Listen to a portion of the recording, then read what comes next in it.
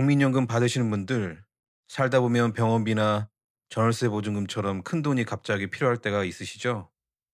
그럴 때 은행에 가자니 거절당할까 걱정되고 비싼 이자도 부담스러우셨을 겁니다.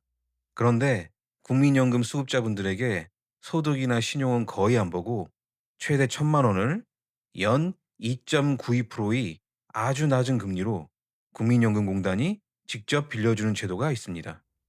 바로 노후 긴급자금 대부 또는 실버론이라고 불리는 제도인데요. 이 조건만 보면 당장 신청하고 싶으실 겁니다. 하지만 과거 은행에서 근무했던 제가 공단 담당자에게 직접 전화를 걸어서 꼼꼼히 확인해 보니 공식 홈페이지 안내문만 봐서는 절대 알 수 없는 숨겨진 실무 규정들이 따로 있었습니다. 예를 들어 전월세 보증금을 신청할 때 집주인에게 확인 전화가 가는 걸 피하는 방법이 있고, 드물지만 대출금을 받고도 실제로 손에 쥐지 못하는 경우도 있습니다. 그래서 오늘은 여러분들이 실버론을 안전하게 받을 수 있는 조건과 반드시 알아야 할 주의사항까지 모두 짚어드리겠습니다.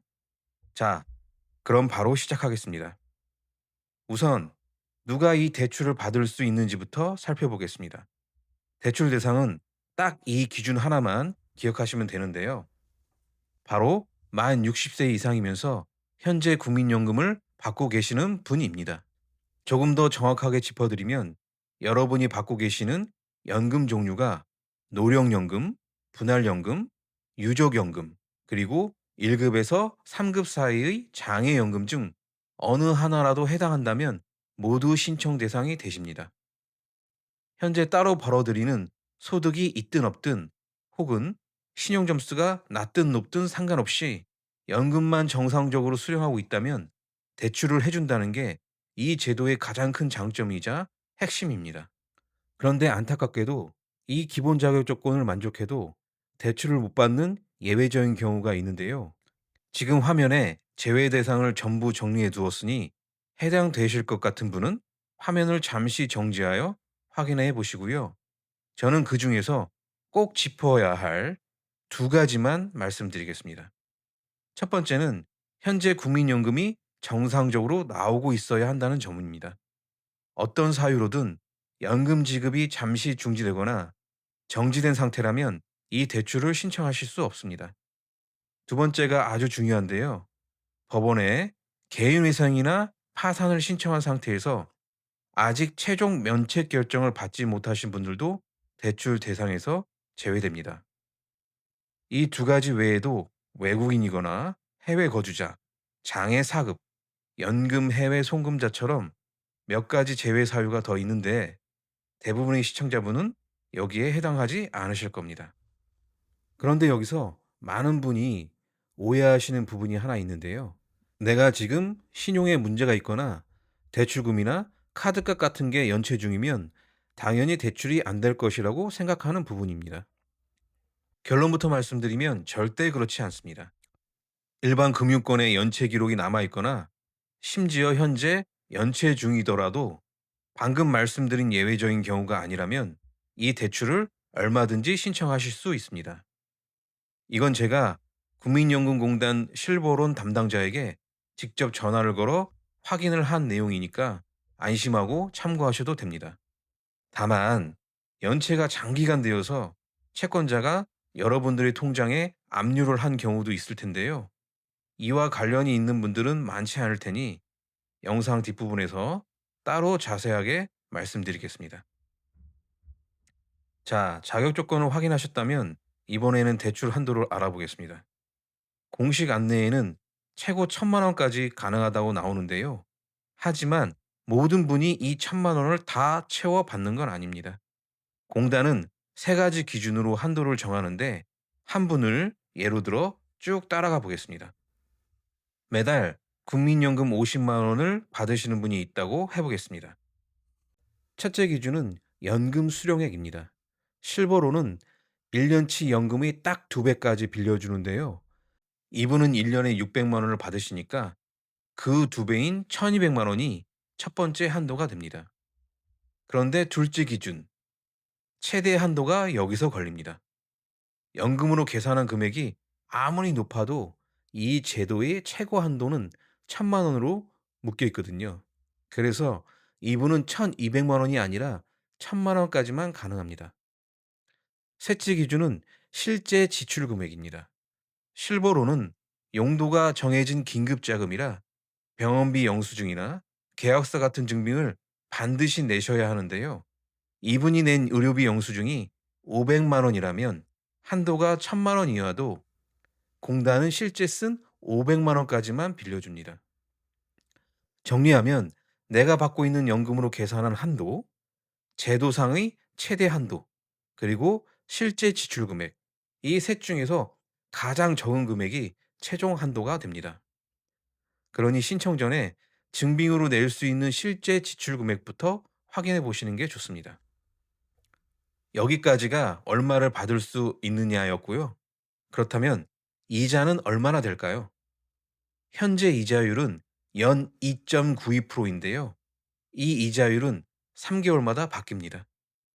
그런데 그동안 금리를 살펴봤을 때 연 1%에서 3% 수준으로 매우 낮았습니다. 그래서 이자율 부분은 크게 신경 쓰지 않으셔도 됩니다. 그리고 대출금을 갚는 기간은 최장 5년까지 선택할 수 있는데요. 상환 방법은 매월 이자뿐만 아니라 원금도 함께 상환하는 원금 균등 분할 상환 방식입니다. 다만 대출 초기에 바로 원금까지 상환하기 어려운 분들은 최대 2년까지 이자만 납부할 수 있는 거치 기간을 제공하고 있으니 이를 활용하시기 바랍니다. 그런데 이 돈은 아무 데나 쓸 수 있는 게 아닙니다. 쓸 수 있는 용도가 정해져 있는데요. 크게 네 가지입니다. 전세나 월세 보증금, 병원비 같은 의료비, 배우자가 돌아가셨을 때 드는 장례비, 그리고 화재나 재해복구비. 이 네 가지 목적에 한해서 빌릴 수 있습니다. 여기서 놓치기 쉬운 함정이 하나 있는데요. 용도마다 신청 기한이 정해져 있다는 겁니다. 의료비는 진료받은 날로부터 6개월 안에, 전월세 보증금은 계약일 기준 3개월 안에 신청해야 합니다. 나머지 신청 기한들은 슬라이드 화면을 참고하시고요. 대출이 필요하신 분들은 이 기한 안에 꼭 신청하시기 바랍니다. 그런데 방금 말씀드린 네 가지 용도 중에 전월세 보증금으로 신청하실 때 공식 홈페이지에는 안 나오는 정말 중요한 실무 절차가 하나 숨겨져 있습니다. 지금부터 말씀드린 내용은 제가 국민연금공단 담당자에게 직접 전화로 확인한 내용인데요. 다만 지역지사마다 실무 방식에 조금 차이가 있을 수 있다는 점은 먼저 참고해 주시기 바랍니다. 전월세 보증금 용도로 신청하면 공단에서 임대차 사실을 확인하겠다며 집주인에게 직접 전화를 겁니다. 그런데 세입자 입장에서 집주인에게 대출 전화가 갈 거라고 미리 양해를 구하는 건 참 껄끄럽고 부담스러운 일입니다. 다행히 이걸 피할 수 있는 방법이 있는데요. 주민센터나 온라인에서 주택임대차 신고 필증을 발급받아 공단에 제출하시면 집주인 확인 전화 절차가 생략됩니다. 그런데 여기에는 또 다른 현실적인 문제가 하나 더 있는데요. 이 주택임대차 신고를 하고 필증을 받으려면 법에서 정한 특정 지역이거나 일정 금액을 넘는 계약이어야 합니다. 만약 보증금이나 월세가 기준 이하이거나 신고 대상 지역이 아니라면 신고 자체가 안 됩니다. 내가 꼬박꼬박 납부한 국민연금을 담보로 정당하게 빌리는 대출인데도 이런 행정 규정 때문에 집주인 확인을 거쳐야 한다는 점은 참 아쉬운 대목입니다. 그렇다면 이제는 실제로 대출을 어떻게 신청하는지 알아보겠습니다. 신청 방법은 두 가지인데요. 가까운 연금공단 지사에 직접 방문하시거나 모바일 앱으로 신청하시는 겁니다. 다만 전월세 보증금 대출만큼은 국민연금공단 지사에 직접 방문해서 신청해야 합니다. 준비물은 신분증과 각 용도에 맞는 서류인데요. 대출을 신청하고자 하는 분들의 처한 상황에 따라 필요한 서류가 다르므로 방문하고자 하는 공단 지사에 직접 문의하는 걸 추천드립니다.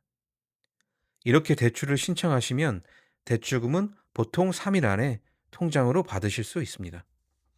그런데 이렇게 통장으로 대출금을 받다 보니 아까 영상 초반에 잠시 말씀드렸던 문제가 바로 여기서 생깁니다. 이것도 제가 공단 담당자에게 직접 확인한 내용인데요. 아주 드문 경우이긴 하지만 장기 연체 등으로 통장이 압류되어 계신 분들 이야기입니다. 이분들은 대출 자격이 주어져도 정작 돈을 받을 때 큰 난관에 부딪힙니다. 실버론 대출금은 반드시 본인 명의의 일반 통장으로만 받을 수 있기 때문인데요. 가족 명의의 통장은 당연히 안 되고 압류를 막아주는 국민연금 안심통장 같은 전용 계좌도 쓸 수 없습니다. 그럼 결국 이미 압류가 걸린 내 일반 통장으로 돈을 받아야 한다는 뜻인데요. 대출금이 입금되는 그 순간 압류 때문에 돈이 그 자리에서 묶여버릴 수 있습니다. 승인은 났는데 정작 돈은 손에 쥐지 못하는 상황이 생기는 겁니다. 그래서 이러한 분들을 위한 팁을 하나 말씀드리자면 대출금을 받으실 때 새마을금고나 지역 농축기업, 신협 같은 상호금융권 통장을 새로 만들어서 대출금 입금 계좌로 등록하시는 걸 추천해 드립니다. 이유는 이렇습니다. 국민신한 같은 시중은행은 본점에 압류가 걸리면 전국 지점 통장이 한 번에 다 묶입니다. 반면에 상호금융은 조합마다 따로 운영되기 때문에 채권자가 내가 거래하는 지점을 정확히 찾아 압류하기가 어렵습니다. 특히 거주지와 상관없는 지역에서 만드시면 압류가 들어오기까지 시간을 많이 버실 수 있습니다. 다만 이 실버론 자체가 당장 돈이 급한 분들을 위한 복지 제도인 만큼 압류 걱정 없이 안전하게 받을 수 있도록 이 입금 계좌 규정은 앞으로 꼭 개선되었으면 하는 바람입니다. 지금까지 알려드린 내용의 핵심을 딱 세 가지로 정리해 드리겠습니다. 첫째, 만 60세 이상 국민연금 수급자면 소득 신용 안 보고 최대 1,000만 원까지 가능합니다. 단, 한도는 자신이 받고 있는 연간 연금의 2배, 최대 1,000만 원, 그리고 실제 지출 금액 중 가장 적은 금액으로 정해집니다. 둘째, 금리는 매우 낮지만 3개월마다 바뀌니 신청 전에 공식 홈페이지에서 꼭 확인하세요. 셋째, 전월세 보증금 용도로 대출을 신청할 때는 집주인 확인 전화가 원칙이고 통장이 압류된 상태라면 대출금 받으실 때 반드시 주의하셔야 합니다. 오늘은 국민연금 실본론에 대해서 자세하게 알아봤는데요. 우리 시청자분들의 생각이 정말 궁금합니다. 내가 낸 국민연금을 담보로 빌리는데도 무조건 집주인 확인 전화를 거쳐야 하는 이 규정. 여러분은 어떻게 생각하시나요? 꼭 필요한 절차일까요? 아니면 개선이 시급할까요? 댓글에 여러분의 솔직한 의견을 남겨주시면 좋겠습니다. 끝으로 오늘 내용이 도움되셨다면 구독과 좋아요 부탁드립니다. 지금까지 정직한 정보통이었습니다. 감사합니다.